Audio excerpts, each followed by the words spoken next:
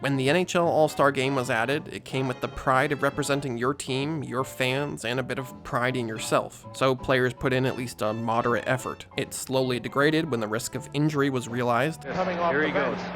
Here comes Gretzky.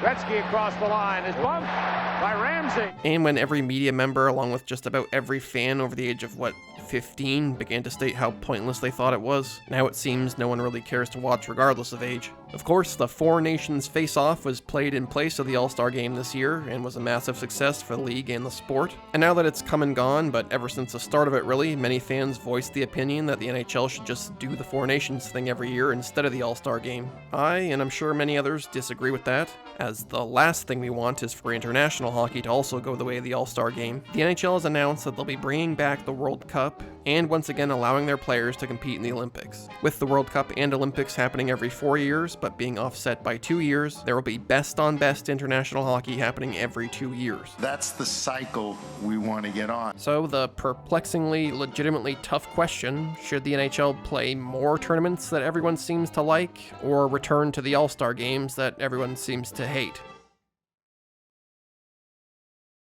By representing your country and your sport in an event that's bigger than your country or your sport, the Olympics will have the most interest in just about every sport that's played in the Olympics other than soccer. And Olympic hockey medals are sometimes more memorable or cherished than even Stanley Cups for fans and possibly even for some players, and could very well be the highlight of many players' careers. Thus, every player will want to go and try their absolute hardest every time. Then you start talking World Cup, and some of that interest is immediately gone. Still good, but not quite the same spectacle. But then if you were to add in a Four Nations tournament every year in between those, the anticipation, the wait, the pride, everything that made this particular Four Nations tournament special will be diminished going forward. Too many international tournaments so close together could mean the format gets stale for the players very fast, and then it will stop being best on best even faster. Do many fans really care about the mid-playoff World Championships, where it's nowhere close to best on best? Not really, no. Many players don't participate even though their NHL season is over and they're not injured, let alone going mid-season. You have to let the tension and the anticipation build up. Before this tournament, it was almost a decade since we saw any semblance of best-on-best international hockey. Canada wins the World Cup. That's why this particular instance has been good. But even with that kind of build-up, we still saw players like Alex Pietrangelo, for whatever reason, saying, nah, I'll rest up for the regular season. Then in his very first game, his countryman and Golden Knights teammate Shea Theodore gets hurt and is done for the tournament, and who knows how long into the rest of the regular season. Then we saw a bunch more injuries, and surely many others took place that weren't explicitly noticeable or reported.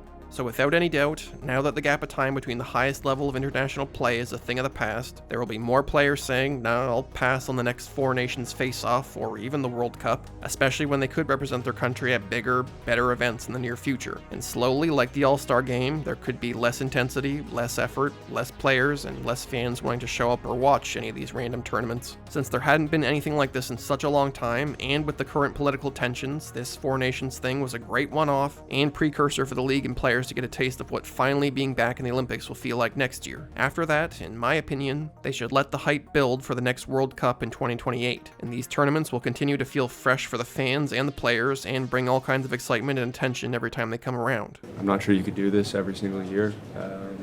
It's been pretty taxing, obviously, to see you guys going down, getting hurt. I think with the Olympics and the offset of the World Cup, I think we'll get enough.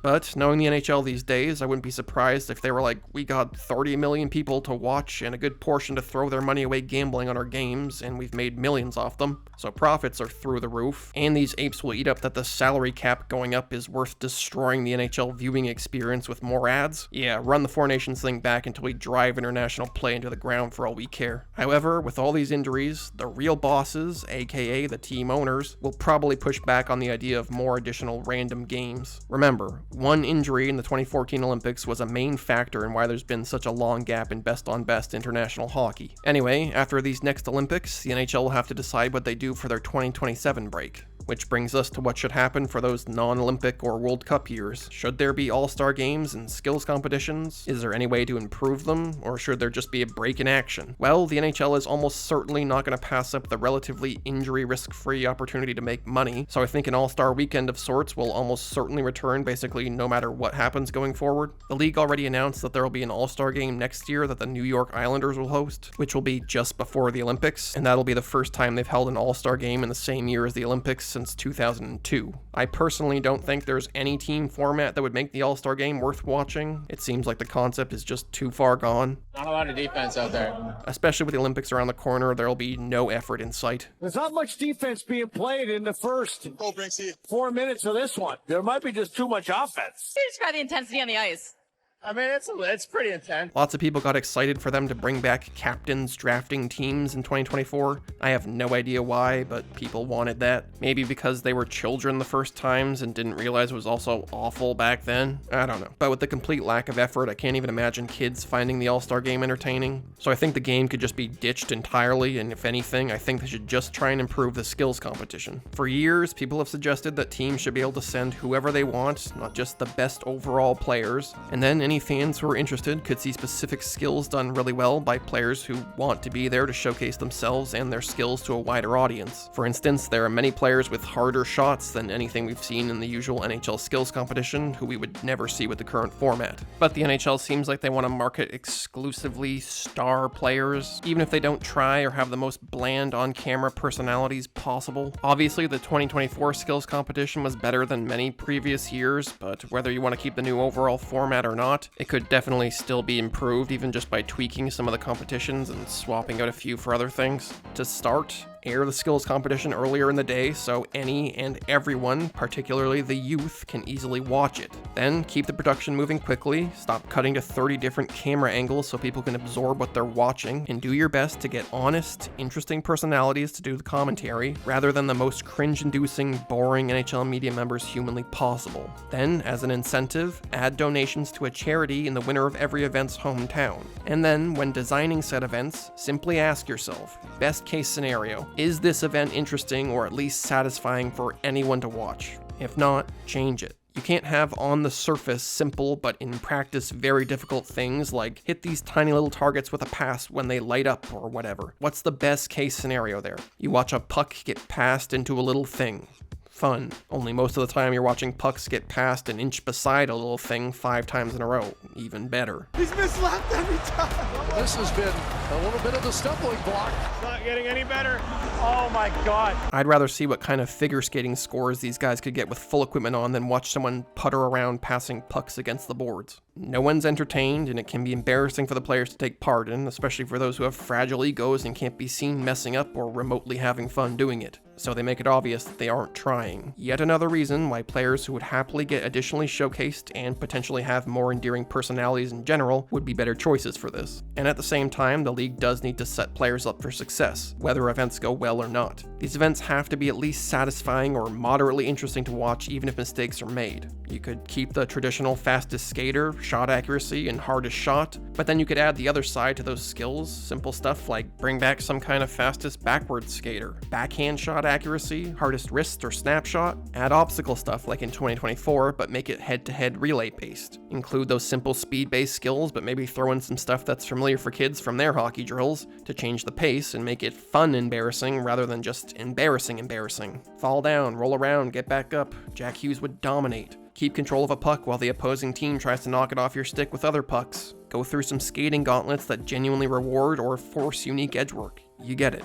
How about a shootout tournament bracket? How about adding a shot tipping challenge? The hand-eye coordination it takes to consistently tip shots is one of the most underappreciated skills in hockey. Watching Pierre-Luc Dubois tip the bar down crew's muffins was more impressive than almost anything I've seen from the skills competitions. Rather than showcasing players who don't either have the guts or skill to try cool things in the contest and decide that hilariously referencing a movie from 15 or 30 years ago via cosplay is good enough. How about banning cringe-inducing pop culture references or other gimmicks and reintroduce plain old trick shots for players who have the genuine skill to make it entertaining? If the degree of difficulty is high enough, the attempts alone could be impressive enough. The focus should be on making the skills competition more entertaining for the youth and casual fans, while sprinkling in a bit for those extreme and casual fans who do want to see some niche skills, instead of trying to force incredibly socially awkward athletes to showcase personality.